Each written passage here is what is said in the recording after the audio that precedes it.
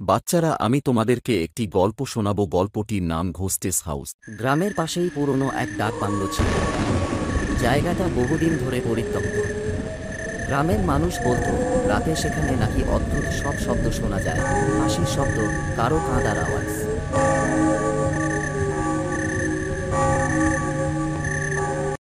একদিন সাহসী যুবক রবি সিদ্ধান্ত নিলেন তিনি সত্যি ঘটনা খুঁজে বের করবেন।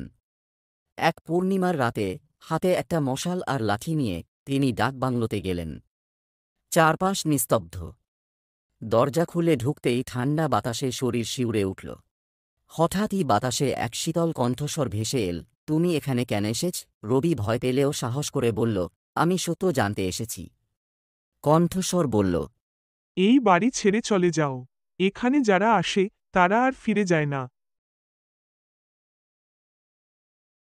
রবি দৌড়ে বাইরে চলে এলেন। পরদিন সকালে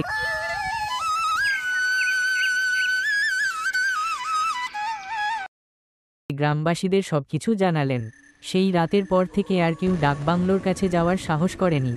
লোকমুখে শোনা যায়, ডাকবাংলোয় একসময় এক জমিদারের স্ত্রীকে নির্মমভাবে হত্যা করা হয়েছিল। হয়তো সেই আত্মাই সেখানে এখনও ঘুরে বেড়ায়। বাচ্চারা, আজকে এতটাই। পরের ভিডিও পেতে আমার চ্যানেল সাবস্ক্রাইব করবে।